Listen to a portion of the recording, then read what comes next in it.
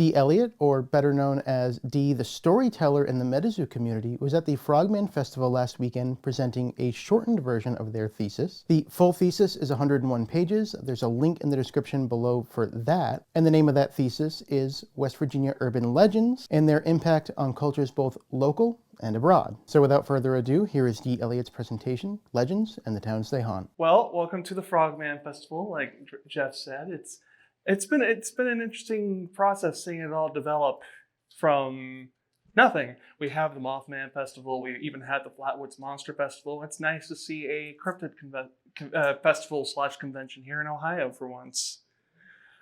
And I wanted to introduce myself a little bit more. Like Jeff said, I'm a graduate of Bowling Green State, focused with a MA in popular culture with a focus in folklore. I went there from 2018 till 2021, and it's been an interesting couple of years since I graduated.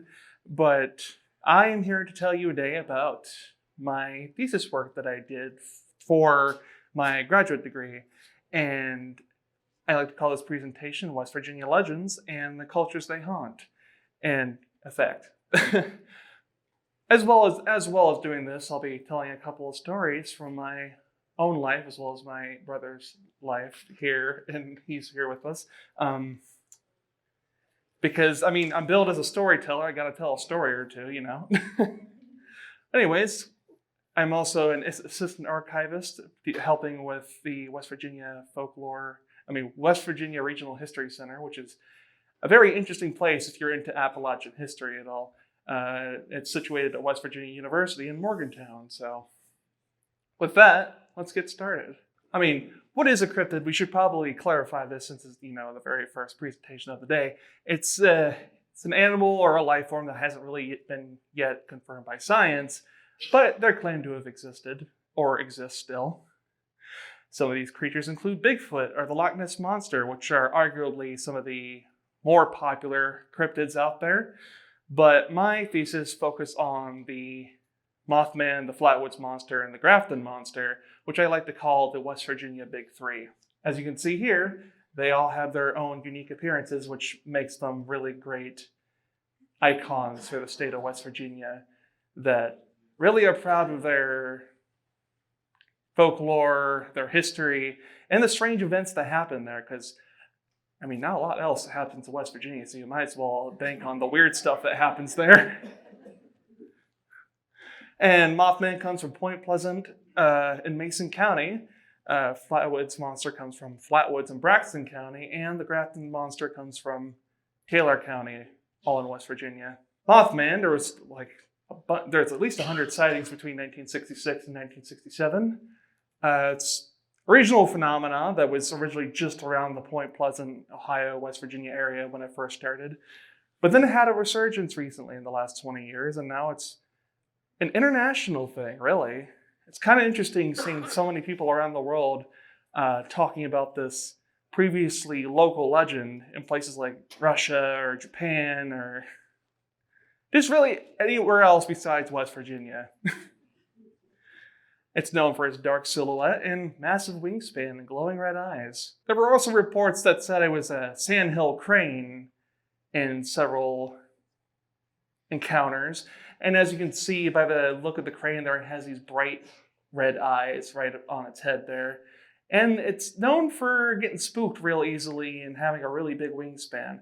But Mothman was said to have been like 7 or 8 feet tall. What's a bird doing that's that tall in the middle of West Virginia? I mean, they also have said, it was a sandhill crane that was blown off course.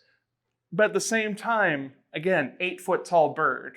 The last sighting of the Mothman was in December of 1967, a few days before the tragedy of the Silver Bridge disaster, in which 46 lives were taken just a few days before Christmas as the Silver Bridge that connected Point Pleasant, West Virginia, and Gallipolis, Ohio, collapsed out of nowhere after being basically not well maintained for many years.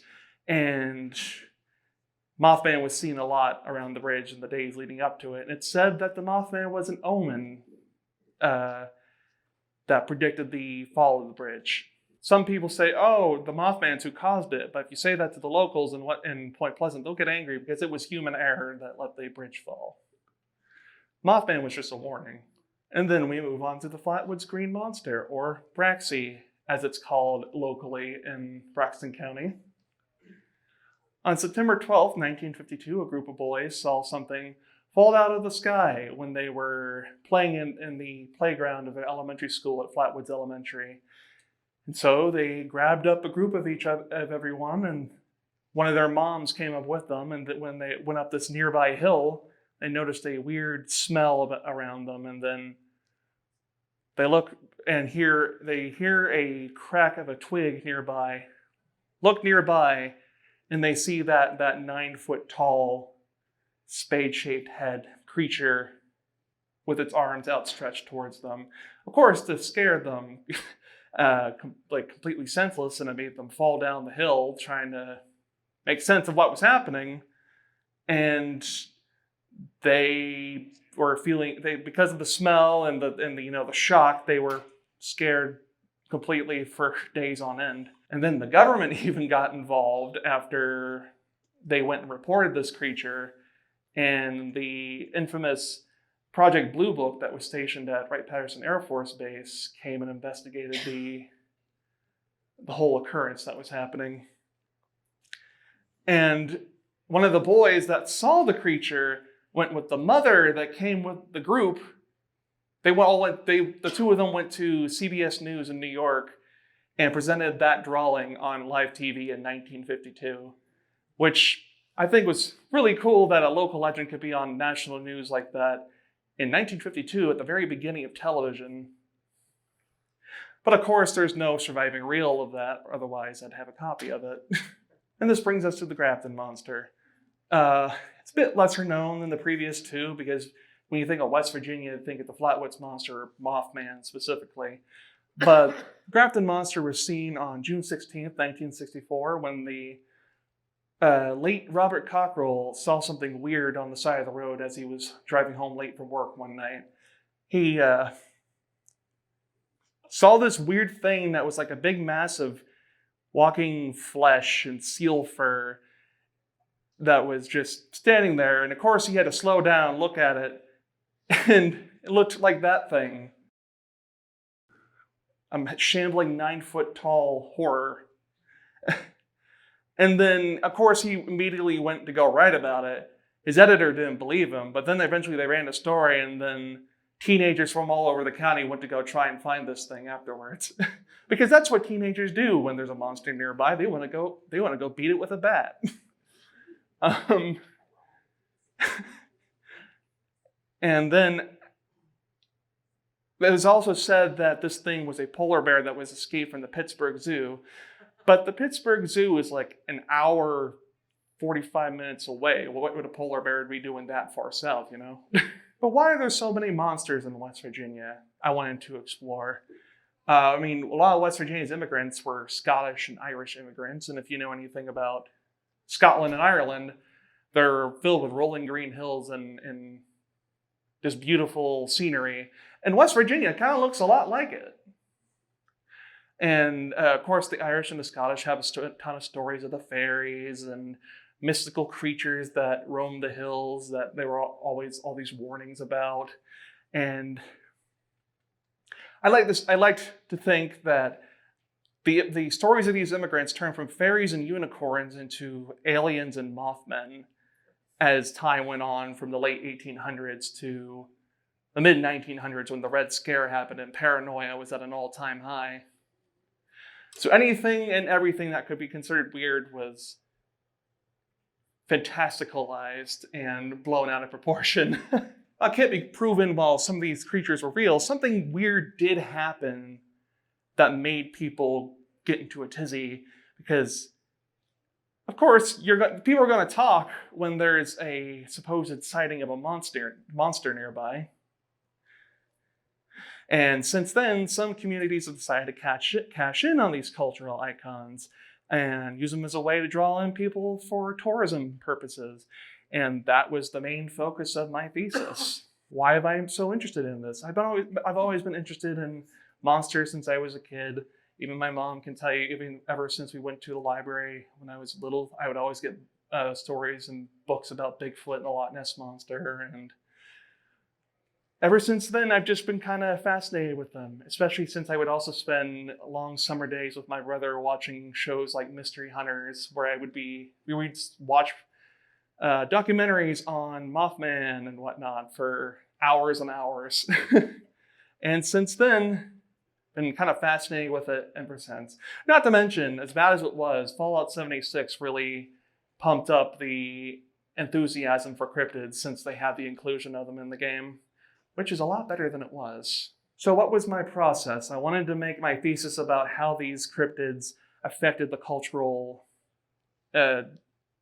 settings around them. I reached out to the mayors of these towns. I reached out to directors of tourism in Mason County and Braxton County. I even got contacts through the hotel I was staying at.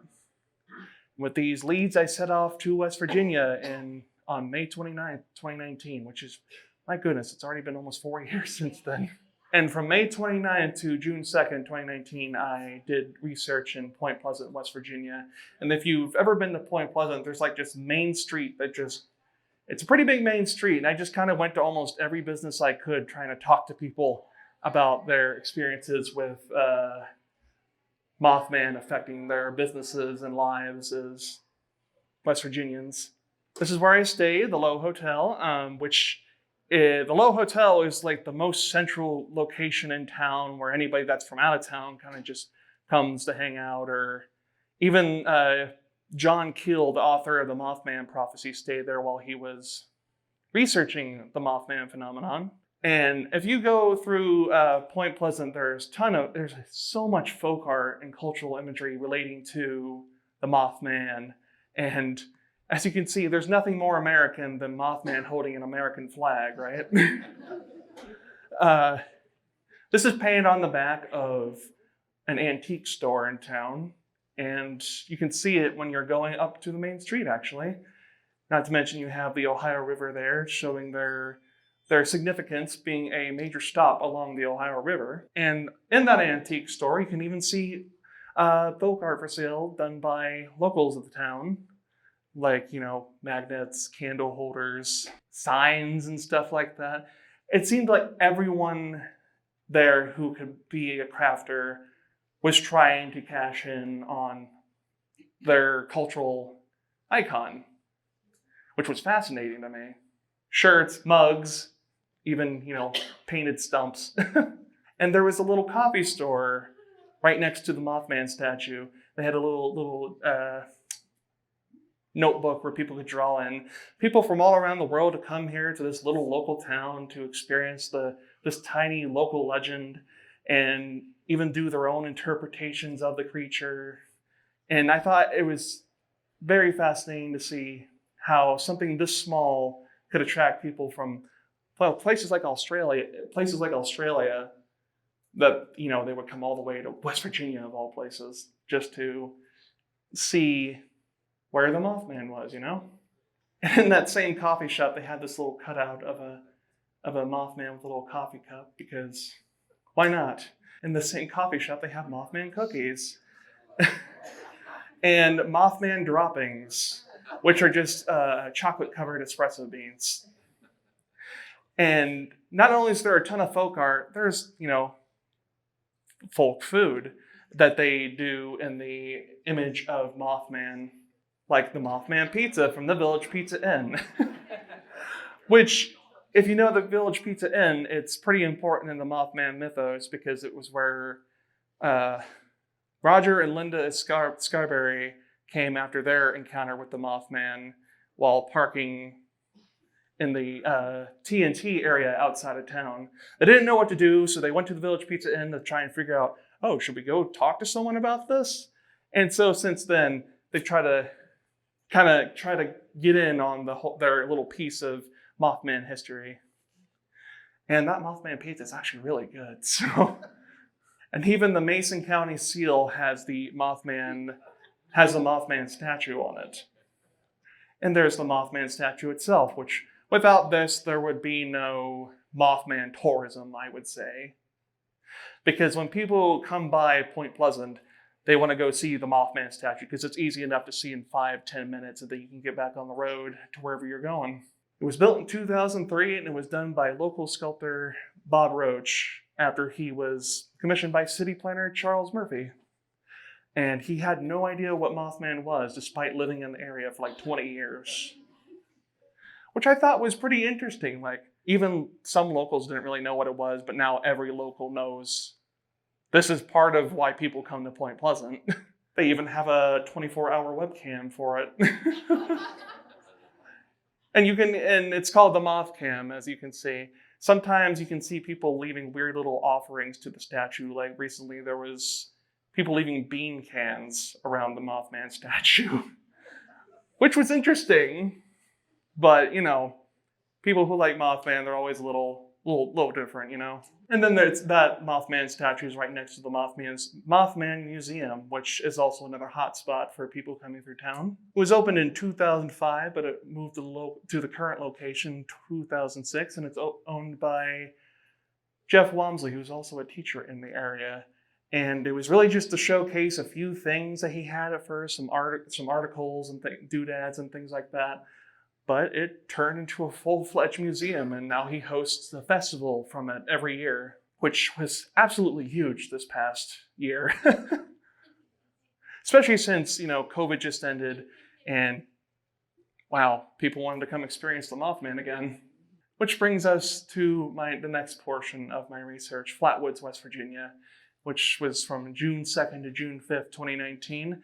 And as you go into the small village of Flatwoods, which is nearby Sutton, West Virginia, it's all smack dab in the middle of the state. They have this really neat sign that, it's green, and it's about the green monster, and it's a very iconic sign. You can't really miss it. But I think it shows the pride that the small community of like 500 people has for this weird thing that happened. And they even have their own Flatwoods Monster Museum. Relatively new compared to the Mothman Museum, but it's getting bigger and bigger every single year. And everyone and a lot of artists who have been to it have left their own little mark on it. You have artists like Liz Pavlovic right there. And not to mention even Cryptid Crate has been there. And even they have a little film festival that's centered around the Flatwoods Monster every year. And as you can see, there's all sorts of Flatwoods memorabilia, and even former Governor Earl Ray Tomblin dedicated September 12th to be Flatwoods Monster Day, just to show how proud the state is of their weird little legend. And that's proudly hanging up right in the museum. Some more neat doodads. You have stuff from Japan, as you can see up there. These are really neat cutouts and costumes that were done. Like this one was done for a school play in the area. They did an entire play based around the Flatwoods Monster, and it's on YouTube, and it's actually pretty good. Because when they bring that out, it's actually pretty creepy. And that's a child's costume, which I think it's a little spooky, but hey, so is the Flatwoods Monster. And that's also sitting in the front window. It's amazing to see the different interpretations people have and translate it into their art to show their love for this wonderfully weird thing. And there's a small little restaurant nearby, like right next to the hill where the monster was supposedly seen back in 1952. And it's appropriately named The Spot. And there's even these neat little cutout in front that people come while going through town to get their picture taken with, while having saucer sandwiches. And you always got to get the neat souvenir cup to show that you've been where the Flatwoods Monster was, And they have a collection of really big lawn chairs all done up to look like the Flatwoods Monster, scattered all across the county as a way to get people to experience the otherwise really rural area. As you can see, they're all situated in really pretty places too. Even the local elementary school had like a student quilt that they did. And as you can see, even the kids are proud of their weird monsters. As you can see the Flatwoods Monster in multiple places. There's also Mothman down there. And also the Flatwoods Fire Department, the volunteer fire department, has the monster as the mascot of their company. And everyone in the community is quite proud of it, as you can tell. And not to mention, they have the famous Flatwoods Monster Lantern, which you can only really get from Flatwoods. It was done in the early 60s as a project for some young entrepreneurs in the area, and it just kind of turned from a neat little roadside trinket thing into, man, a lot of people want this thing. And it's evident of our area, and people will come specifically to our area to get this thing. And from what I can tell, it's one of the earliest pieces of cryptid merchandise that's out there. They even had a Flatwoods Monster Festival in conjunction with something called CharCon back in 2019. And it was the first time in 10 years that they had a Flatwoods Monster Festival. They had speakers come out, they had vendors that were coming out. They were talking about the monster, selling merchandise related to the monster and, West Virginia and cryptids and things like that. And they even had a little parade with the monster itself leading the parade.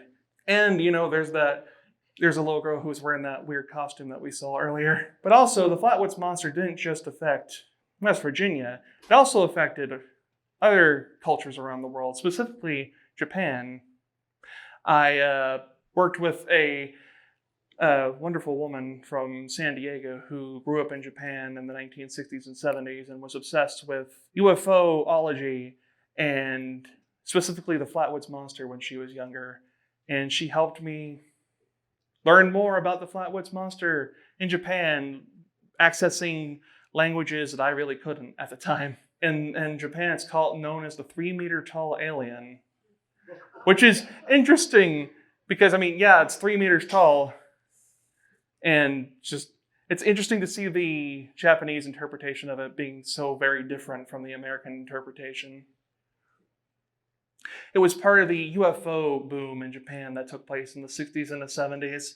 And the Flatwoods Monster was kind of at the forefront of UFOs and aliens being popular over there.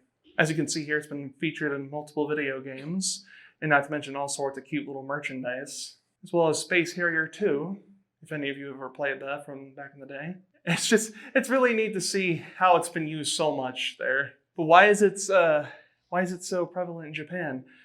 People who grew up seeing the monster in their UFO books went on to make anime and video games and included it as a villain because it's a unique design. And in Japan specifically, it can be seen as like the mascot UFOlogy. And then the final part of my thesis research took place in Grafton, which, if you didn't know, that's the birthplace of Mother's Day. But I focused more on, the Grafton monster. And as you can see, they're just starting up, trying to get their own name on the map as being famous for their own monster and all that. And you even have this little coffee shop which has that lovely little sign displaying this horrid creature. And it was taken from this place, where it was originally stolen from the side of the road, but then it was returned. But that's apparently where the monster was seen back in 1964. And I was talking with a gentleman who was trying so hard to get a statue made to be put there, and I hope it's still in the works. As you can see, there's so much merchandise made of cryptids. As you can see by also all the vendors that are here. And also there's Fallout 76, which is a game made by Bethesda Softworks that came out in 2018, which takes place in a post-apocalyptic West Virginia. And one of the main villains that you see throughout the games is cryptids, like Mothman and the Flatwoods Monster, which even includes a scanned version of the sign from real life, and also the Grafton Monster. But to kind of conclude with the thesis research in general, I wanted to really explore how legends like these could affect the cultures and towns around them, how it changes how people think, how it changes what gets people to come to smaller areas like these. Like I said, when you don't really have much else, you kind of want to bank on whatever works, In West Virginia, it's been losing coal jobs in the last while. And so they've been banking a lot on tourism, and cryptids have been big bucks for them. And I wanted to explore just how people use their cultural images to make their lives better. and how they wanted to get their own names out there. Otherwise, a lot of people might not even know about towns like Point Pleasant and Flatwoods and Grafton if it weren't for these now internationally known creatures like the Grafton Monster through games like Fallout 76. It's kind of an offshoot, if you've ever heard of dark tourism before, where people go to see where tragedy happened and weird things happened and where people died. But I made mine more about what I call monster tourism, which focuses more on people going to where weird things have been seen, like the Grafton Monster and the Loveland Frogman. I mean, we're all participating in monster tourism right here since Loveland's right up the road. We're all celebrating one big legend, and celebrating otherwise might just be a coffee shop tale, as I like to call it. Like, oh, did you hear that Jim saw a big frogman? Oh, wow, cool. But now everyone here knows what the frogman is, and sometimes it just takes a town really trying their best to get their names out there, and even internationally known video games like this to do that sort of thing. But yeah, for the thesis part, that's what I wanted to finish up with right there in the wild and wonderful state of West Virginia. And that was the first part of my presentation. As a storyteller, I wanted to tell you a couple stories from my life and my family's life growing up. I wouldn't be billed as a storyteller if I didn't tell stories, you know? I love collecting stories. I mean, that's why I did a whole thesis based on stories. And so through my life, I've always been interested in hearing what weird occurrences people have had growing up. You know, just I kind of remember them like they're burned into the back of my brain. Like, for example, when I was growing up, my brother would always... We grew up in an old house that was built in like the 1920s or something like that. And every night he would leave his door open and beg our mother to shut it. And then every night he said he would see a weird man walk by in a suit by his door, put up a finger to his mouth and shush him before going down the stairs nearby. Every single night. And then he would wake up crying for help because of it. He called him the Ray Man. We don't know why. I was obsessed with learning more about this ghost because I was, you know, that weird kid who always wanted to know more about ghosts growing up. It was so cool to be growing up thinking, oh wow, is it just cool imaginary friend? No, it was a ghost. It was a ghost that was weird and creepy, and we didn't believe him until, you know, later on he remembered talking about it. Because, you know, kids will sometimes make imaginary friends that they don't remember having. But then stuff like this gets burned to the back of your brain. And, I mean, heck, it even scares me talking about it today.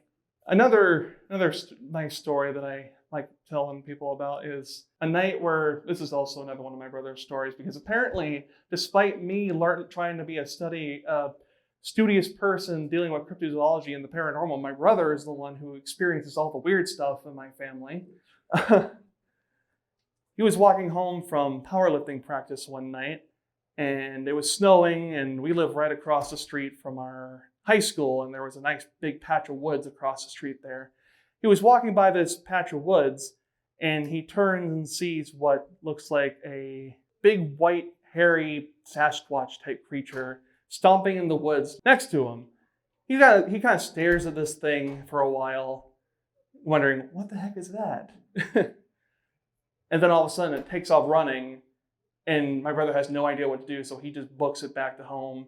And he doesn't tell us about it. He tells us about it like 3-4 years later, going, oh yeah, I saw this thing in the woods one day after powerlifting practice. And we're like, why didn't you tell us about this the day it happened? But ever since then, he didn't like going in the woods after that, despite always going in there with his friends when he was younger. Gosh, it always felt like something was staring at us from the woods at night when putting out the trash. And not to mention the time where he was out with friends in a field somewhere, and he saw what looked like a deer staring at him from the tree line. But then he saw the deer stand up on 2 legs. And then when he saw this deer, he saw it like bolt back across the tree line. And then he couldn't see it for a while, and then him and his friends all started running for the car.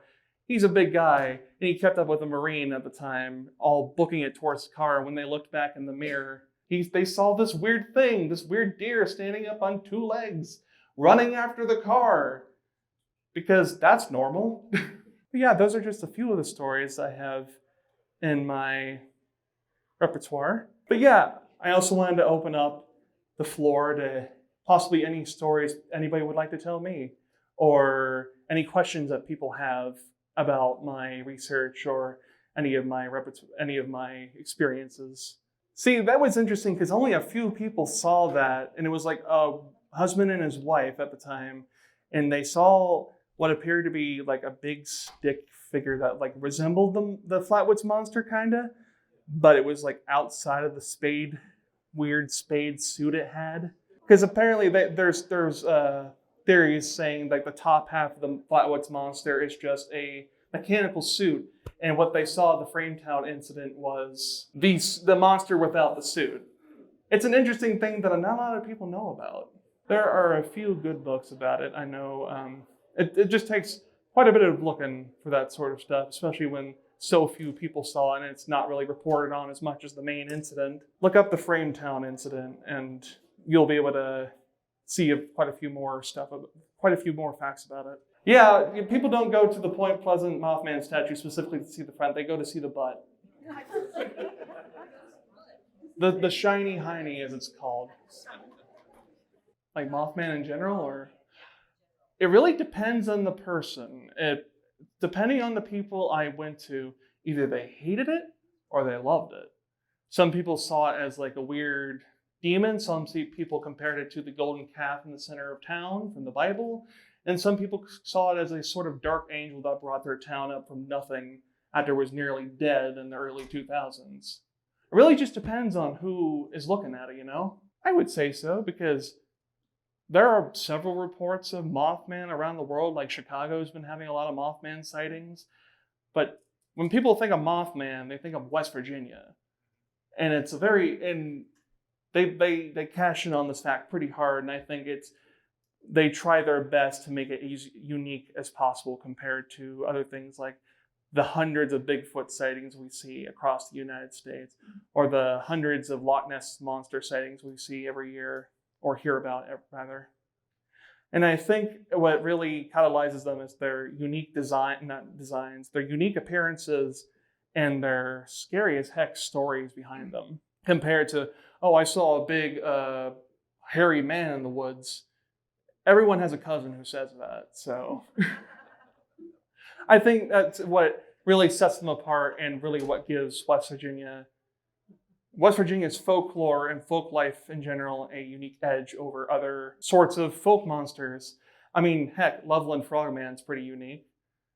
And that's why we're doing a whole festival about it now, because compared to other monsters, where are you going to find a frogman besides near the Little Miami River? Only in Ohio. Oh yeah, the Men in Black are closely connected to the Mothman, I would say, considering as all these events were happening from 1966 to 1967, people were being harassed by the so-called Men in Black in Point Pleasant. Newspaper writers were being told to keep quiet. People who saw aliens were told to keep quiet. And if you talk to people in town, they'll say, oh yeah, we saw some weird dudes in black suits going up and down the main street, acting weird, trying to tell people to shush. They're not just, a comic book or a movie thing. I think because of all the appearances of them and how, well recorded they are in Point Pleasant's history, it's kind of terrifying to think about that they're out there. It really just depends on the person. Some people say, oh, it was just a bird and it flew away eventually, or it never existed at all, or, oh, it was a figment of people's imaginations. But eventually, the Mothman, especially with how it just disappeared after the fall of the Silver Bridge, it's interesting to think about where it went, but maybe it just flew off to a different area. Maybe that explains why places like Chicago have sightings now, because these weird creatures go on to different places. The Flatwoods Monster is also thought to be an alien, so maybe it went back home. It was also sighted at Chernobyl as well. and the Fukushima incident in Japan. It's like I said, it's thought to be an omen for disasters, and I mean, considering how many different occurrences where tragedies happen and it's been seen at the same time, I like to think that there's some sort of weird force out there, or at least it senses something and it goes towards where tragedy is about to happen. It's not that in the Fukushima incident, especially, it's thought that the sighting there was also a Tengu of Japanese folklore. And if you know anything about Tengu, they're shown as big black birdmen. And Mothman is also considered a big black birdman in some cases. So I would say Mothman is the biggest omen type of creature. But gosh, there have not been too many that I've seen that have been omen types. Yeah, it's all man-made stuff. Man-made negligence. And in fact, the Silver Bridge is the reason why the Bridge Act that was signed into effect by Lyndon B. Johnson. I was not able to, but I was able to get my hands on several of his books at least. He is interesting in West Virginia history considering he just had so much to do with all these weird events that were happening. And then he was eventually told to stop, apparently, because he was getting too far into it. I think we're out of time, so thank you all for coming to my presentation.